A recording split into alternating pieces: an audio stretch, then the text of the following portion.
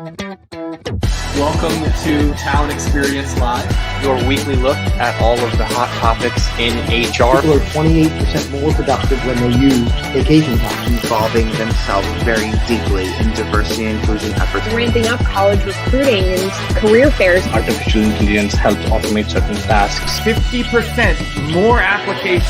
How do you make your company culture still stand out? What does that look like in this new virtual world?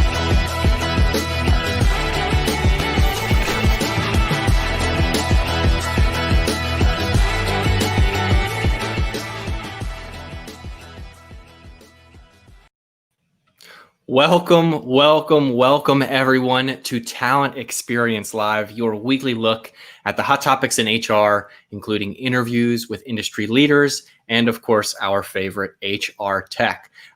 Covering everything that you need to know in recruitment, talent acquisition, talent management, and everything in between. So be sure to follow us on your favorite social channels, whether it be Facebook, LinkedIn, Instagram, Twitter. Today, we are broadcasting live from all of those platforms. So thank you for joining us. As always, we love your interaction. So hop into the chat, drop your questions, comments. We have a wonderful guest today. But before we bring her on, Natalie, my favorite co-host ever. How are you? And welcome to also the show. Your only co-host, but thank you, Devin. I appreciate it. Today we're talking about university recruiting, which I'm super excited about. I think this has been on everyone's minds since the pandemic happened, right? University recruiting for so many different organizations is where they really get the bulk of their candidates, especially, looking at entry-level internships, things like that. And a statistic from NACE, which is the National Association of Colleges and Employers, found that more than 1/4 of schools had either decided to shift all classes online or were giving that option serious consideration. But less than 7% had canceled the career fairs they had planned for. But even with that in mind, less than half of employers said they expected, less than half of employers said they expected to carry out their plans to attend career fairs. So that really raises the question, what are companies doing instead? How are they moving forward? And what are they doing to assist in such a popular way to find talent? 100%. Natalie, I know from my experience many moons ago from being a campus recruiter, those events are typically not cheap. And if you don't have the ROI or know the ROI from attending a virtual event or conducting your own sort of webinar or some sort of event, it really raises the question, what are companies doing? And today we have a wonderful guest who's going to walk us through what she is doing for university recruiting and how her organization plans to tackle some of these questions. So with that, we will bring on our guest.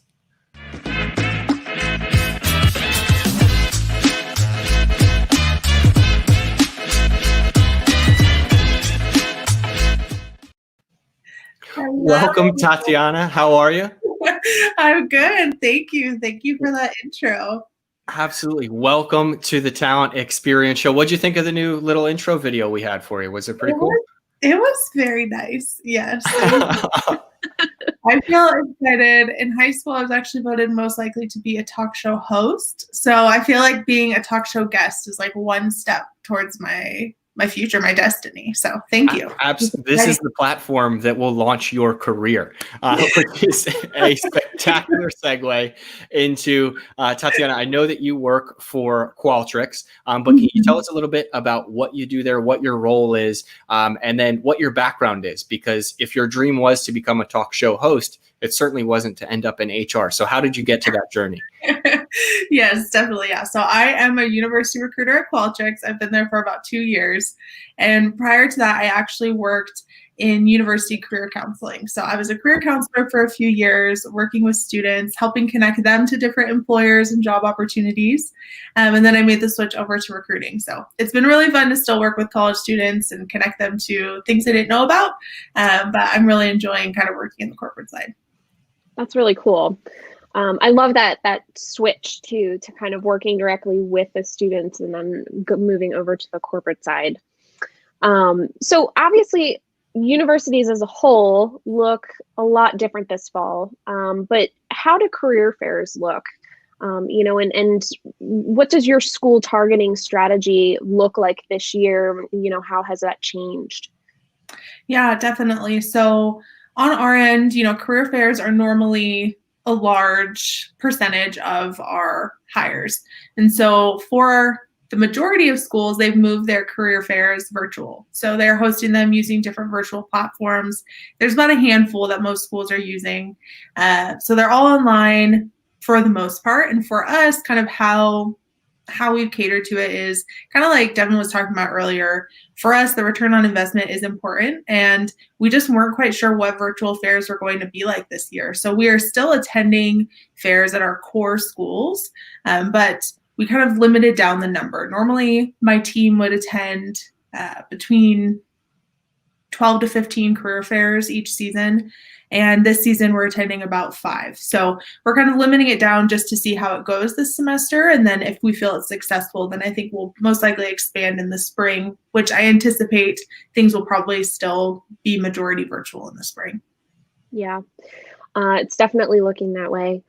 So scheduling has always been a nightmare when it comes to events, right? So has it been easier to attend career fairs and kind of schedule your own events this year, or what does that look like? Yeah, I mean, obviously as a university recruiter, a huge part of my job is travel, right? And so a big percentage of my hours are just on planes, driving to and from places, in hotel rooms. And so in terms of that transition, it's been kind of nice. It's been nice to be able to do it from my house, not have to leave. I feel like it's allowed me to be a lot more productive with my time. In terms of scheduling, we still kind of have to make the career fairs work at different schools, right? I haven't found that there have been any virtual career fairs happening at this, like on the same day at the same time, that we haven't been able to attend. So that's been nice, because normally with travel, sometimes there'll be a fair that's on a Monday and a Tuesday that I want to go to, but I can't just because I can't get there fast enough. So it is nice in that way. I feel like we're able to attend a bit more. And then being able to plan our own webinars, that's not really something we've had the bandwidth to do. Just when all of our recruiters are traveling, we don't have the time necessarily to do that. And so now we have the additional time to layer in new virtual events. So that's been kind of cool too, to plan those. Tatiana, when you mentioned living in an airport and traveling all the time, it brought back memories of me relying on food chain restaurants to know exactly what I want. So this is a question that we haven't prepared for, but what's your favorite restaurant on the road? Yes, that's a great question. So my favorite restaurant is actually in Evanston, Illinois, which is right by Northwestern, and it is a Korean chicken wing restaurant. So when I was traveling last fall and spring, I was pregnant, and I will say my baby was mostly grown using chicken wings from the road and ice cream. So I Nice. the good food from campus travel. That is one thing I definitely dislike. My daughter was formed on Wendy's chicken number 7, the spicy chicken. That was like all I ate. So good. That is too funny. But you did mention webinars. So obviously that's a little bit different than your traditional career fair, where you have these students and prospective graduates coming up to your table asking about the company, and it gives you a little bit of creativity. So are you varying some of the topics? And if so, what is the topic you're most excited to present? And what are students most excited about? Yeah, for sure. So this is all new for us, so it's all an experiment. So we're kind of just throwing it all at the wall and seeing what works. For us, the way we've structured it is we're hosting webinars over this season, so September, October, November, and each month has a different theme. So for example, September is building your brand. So all of our webinars kind of feed into that theme. And so the one that what I really enjoy is each month we have one webinar featuring an executive leader within the business. And that's been really cool to be able to have students in front of those leaders much earlier in the process. Sometimes students will get to meet those leaders in their onboarding or in the orientation or when they come for a site visit after they have an offer. But now they're actually able to hear from these people, really see what the culture of our business is like and how our leaders are before they've even applied. And so those are the ones that I'm most excited about, just because I feel like it truly shows who we are as a company, what we stand for, and they've been really cool so far. The ones that I've seen kind of good reactions from students. The ones that just organically have gotten a lot of RSVPs, I will say, have been around leadership. So we had one that was about like discovering your leadership style. We got a lot of students interested in that one. And then also transferable skills. So we are a tech company, but we hire a lot of different people, right? We don't only hire engineers. So we're hosting a few different ones kind of about how to work in tech when you don't necessarily have a tech background. And those have gotten a lot of interest as well. Awesome. And we did just get a question from Brent Collins. Brent, thank you for the question. For those of you just joining us at home, because everyone is at home right now, we are joined with Tatiana Messersmith from Qualtrics. And his question is, he's curious what the volume of student candidates participating is on average, and how many hires would you get from virtual events? So is that higher or lower than traditionally? For sure. Yeah, that's a really good question. So we have only had a handful of webinars up to this point. Our first executive webinar, we had about 300 students registered, which I was shocked. I will say, with my campus events, I never anticipate that high of an attendance. We ended up having about 110 actually show up. So about a 30% attendance rate, which I still felt pretty good about. And then in terms of hires, we haven't really seen kind of that conversion yet. In my campus planning, I generally, when I have something new or an exploratory school, I'll kind of plan low. So for this season, I'm hoping that about 3% of my hires will come from these virtual events. Obviously, it would be awesome if more did. It might be less, right? So I'm not exactly sure how many are going to come from it, but I will say we got in front of a lot of different people from a lot of different schools that we don't normally attend. So I'm hoping that it'll be cool. I think there's a tremendous amount of uncertainty across the board, right? In all of HR. Now, one staple that I know of university recruiting is always bringing those success stories along with you who may not have university recruiter in their title. So bringing that former alumni, that former Northwesterner, I think maybe, or that former Nittany Lion, whatever it may be, to a career fair event to say, hey, I did it, you can do it too. How are you engaging alumni communities at your organization right now, and what does that look like? Definitely, yeah. So we are for sure including alumni in our career fair attendance. These virtual career fairs are a little bit different in that most of them aren't just a waiting room. So students are needing to sign up for a slot ahead of time to talk to somebody. So it's a bit different because when you have these alumni in the room, they're going to be alone talking to these students. So normally at a career fair, they can kind of turn and say, hey, Tatiana, I'm not quite sure. Can you answer this question? So that's kind of bringing a new experience to it, but we're still including them because I think it's really important for people to hear from alumni of their schools. So they're attending career fairs. They're also participating in our webinars. So some of our webinars are panels or kind of Q&A types of discussions. And then we are hosting specific alumni panels for our core schools. So for instance, later today, we have a University of Michigan alumni panel where we're going to have alum that work at Qualtrics meet with students and answer questions. So those are kind of the three different ways we're using alumni. And then, of course, asking them to help us market. So sharing on LinkedIn about our events and kind of telling their networks. Cool.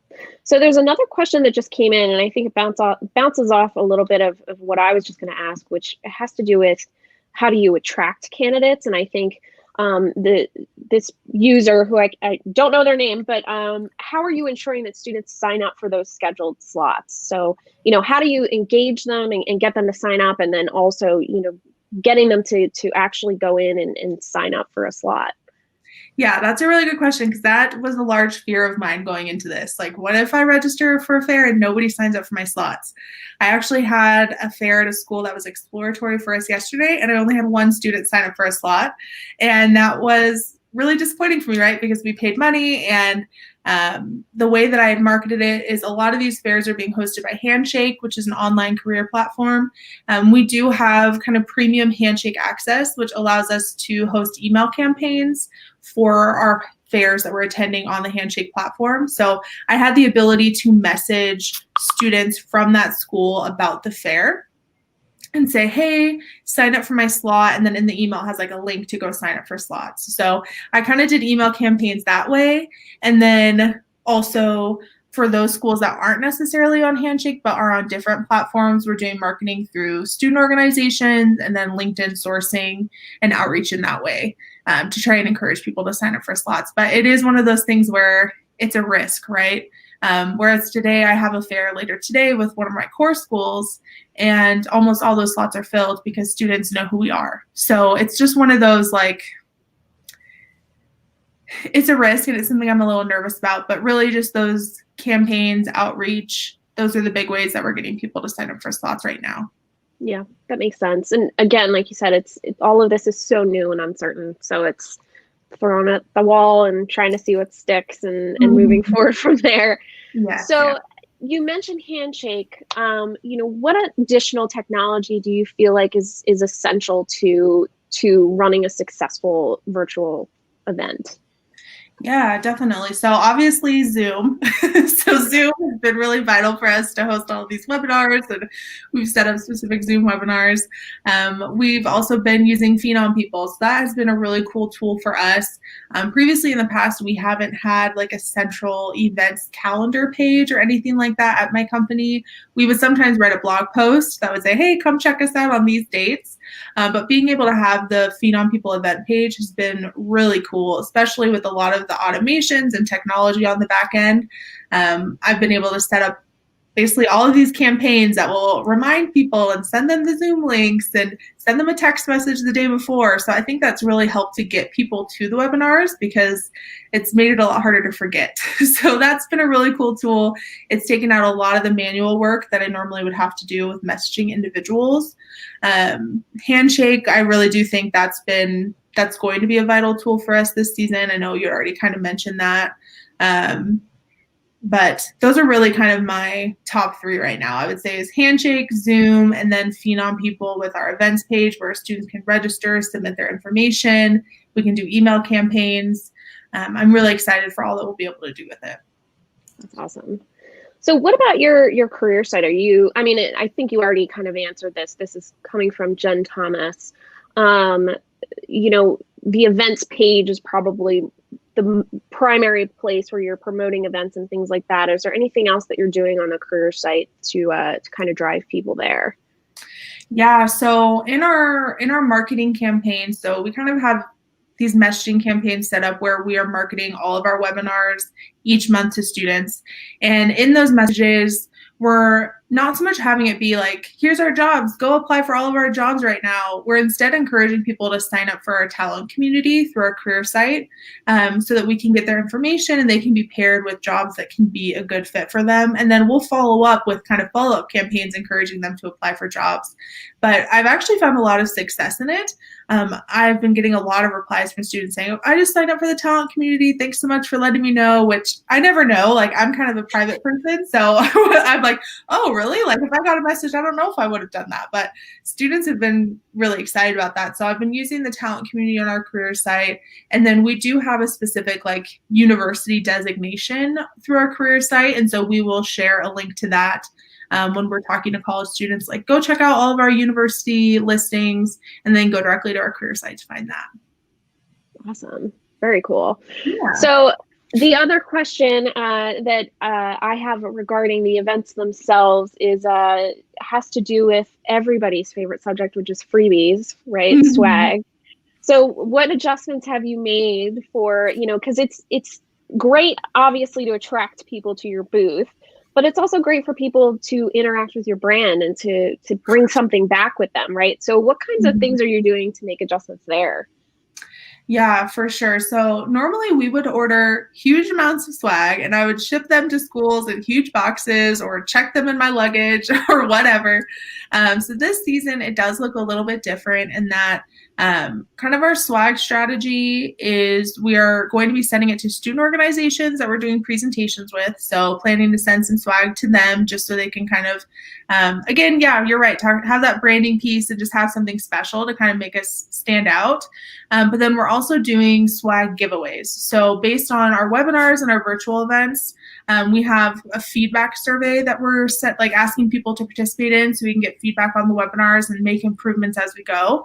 And as part of that survey, they're entering to win swag. So we're going to be doing monthly giveaways based on those survey responses. So that's kind of what our swag looks like this season. It's different, definitely a lot less swag, but hoping that we'll still be able to send some cool stuff out to students and get people excited.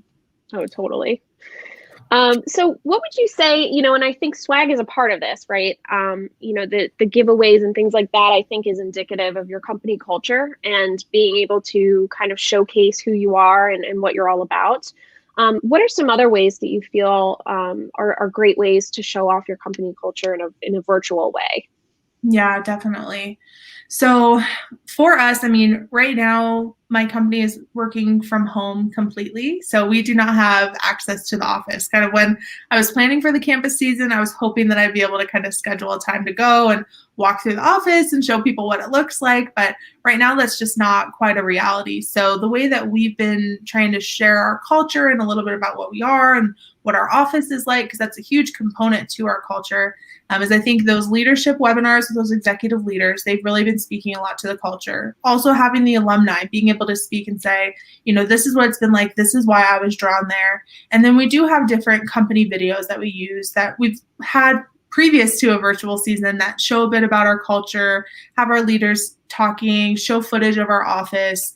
So just some of those different ways. It's definitely not perfect. Like, I think this is something where we are still trying to figure it out, right? All of this virtual stuff has been a lot of logistics on the front end, way more than a normal campus season.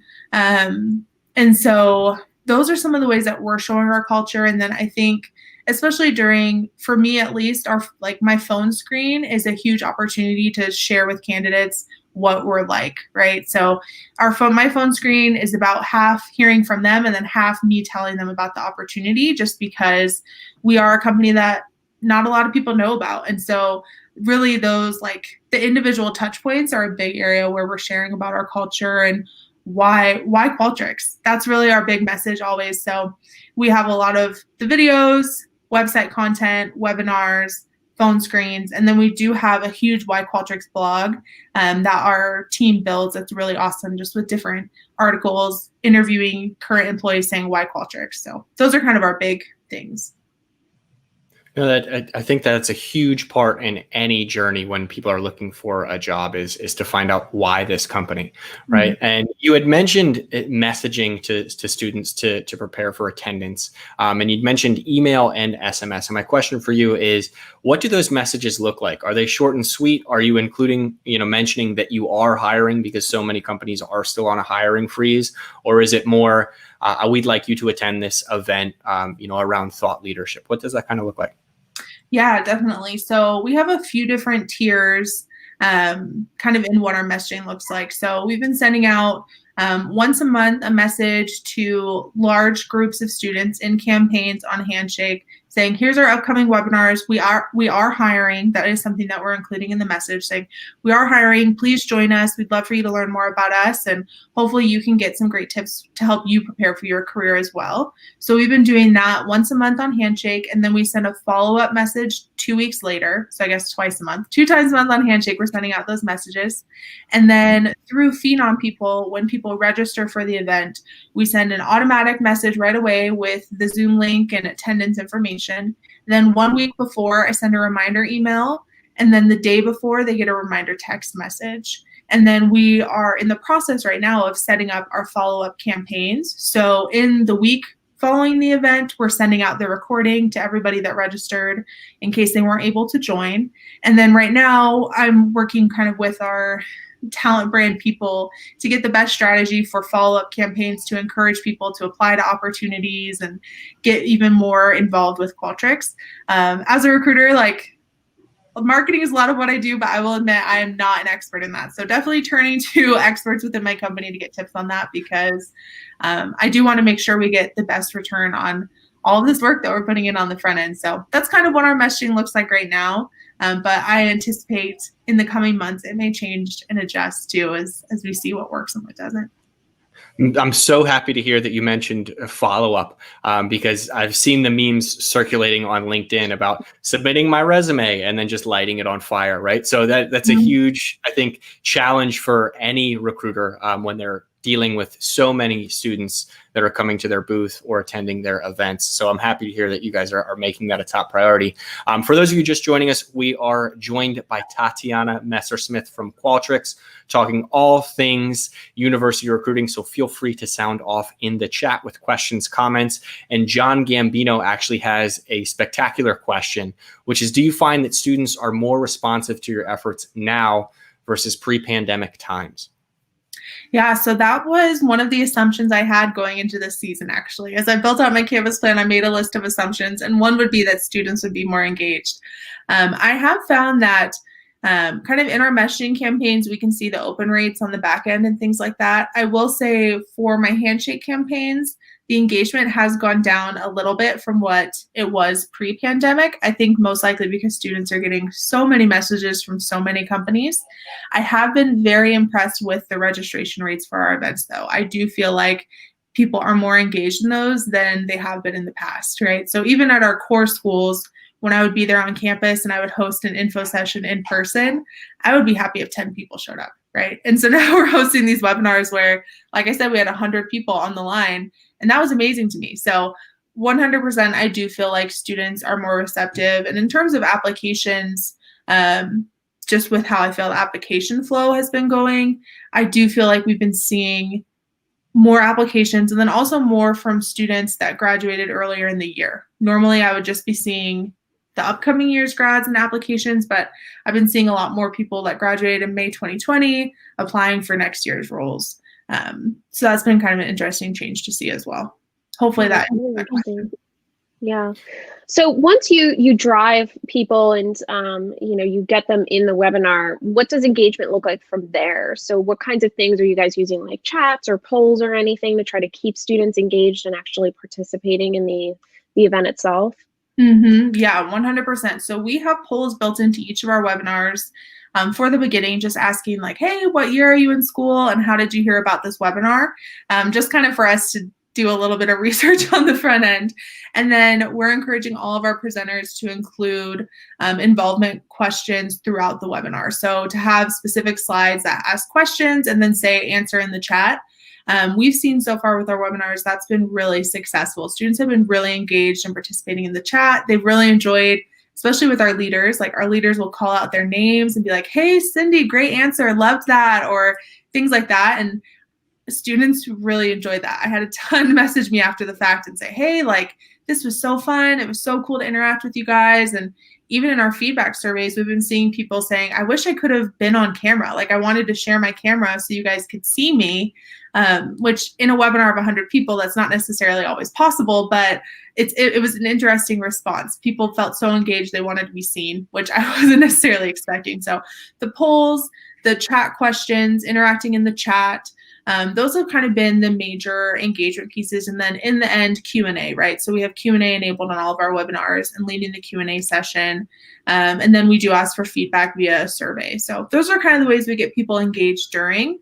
I have seen some cool like systems out there that you can integrate with your Zoom software to boost engagement even more. We're not using that right now, but there's a lot of cool stuff to get people engaged so it's not boring and they're not just sitting there listening. Yeah. Mm-hmm. And next question that I had was specifically around analytics. I remember from my days on campus where typically the Monday morning events didn't really do too well, and the Friday events didn't really do too well. I'm not sure what the reasoning was that just college students didn't seem to be too receptive. So my question for you is, when you're conducting your own events, are you using some of these metrics that you're gathering, such as the 300 attendees, to plan out when your next event will be for the next coming month or the month after that? And what seems to be working best right now? Yeah, for sure. So something where, I think you bring up a really good point, right? And being able to be agile and kind of adjust. Right now, we do have all of our events for the season like scheduled on the calendar, people registered for them. So we haven't made an attempt to change any of the times just yet. We did do some research ahead of time, kind of best times for students for webinars and events like that, and tried to plan accordingly.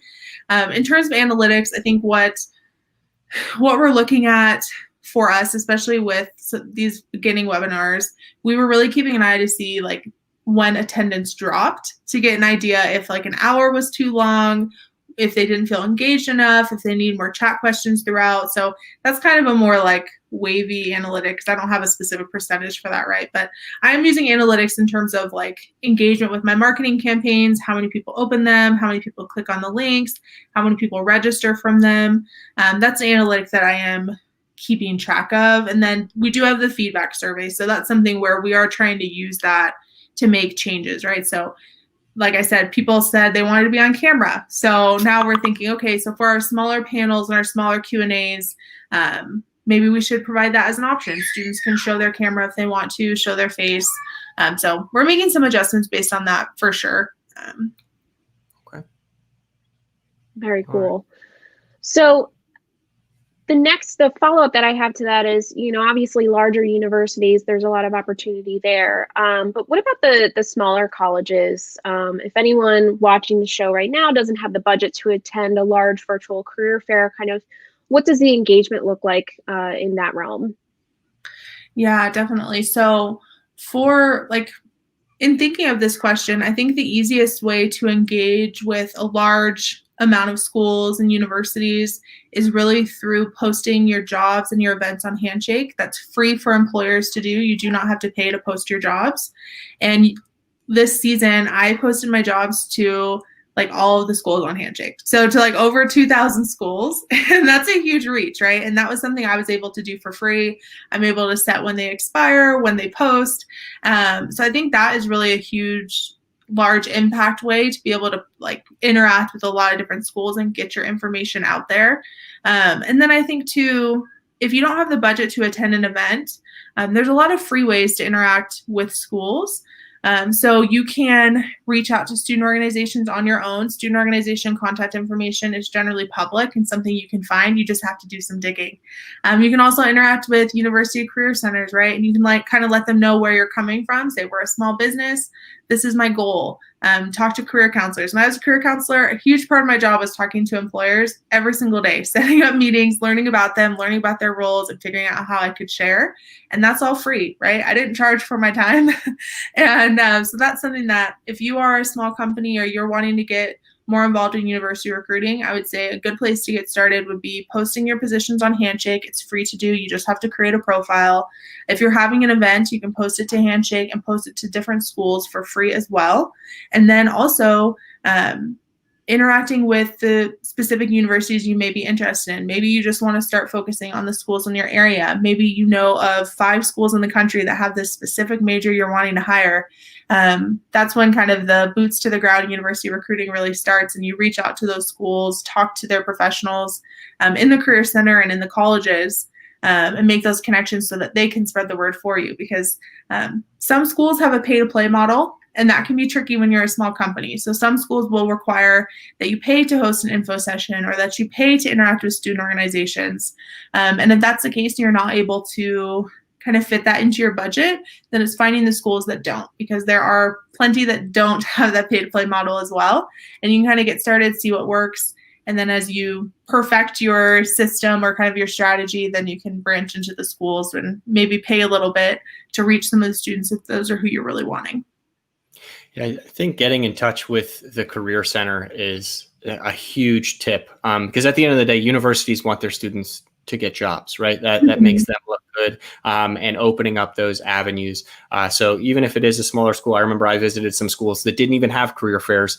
You literally just set up a booth outside of one of their student I can't think of the name right now, but one of their classroom areas and talk to people as they go past. And the only way you can do that is by getting in touch with the Career Center. So that's fantastic advice. I think we covered a lot of great information. I want to give a shout out to the chat that was spectacular today.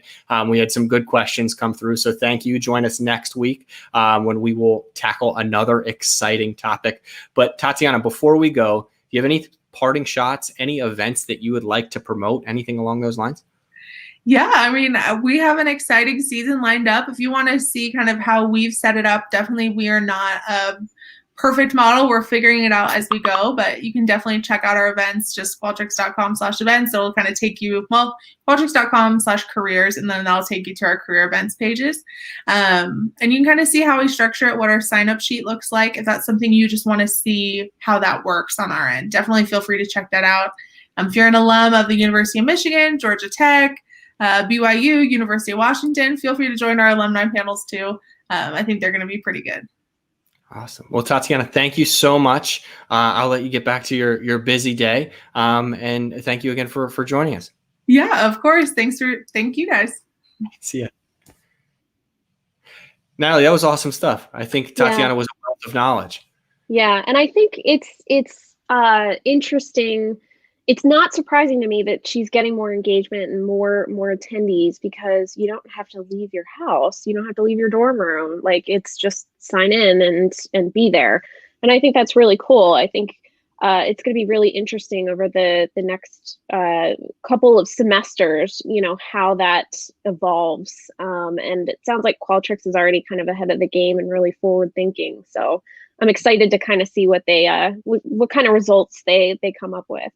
Yeah, you don't even have to put pants on. That's, I mean, just show up to an event, come as you are. So many college students are used to rolling out of bed and heading to class. So this is right up their alley. No dress clothes or anything like that. But Thank you, Natalie. I now know Wendy's number 7 for you. When we get back into the office, I'll pick that up for you. And I hope you enjoy the rest of your day. You too, Devin. Bye.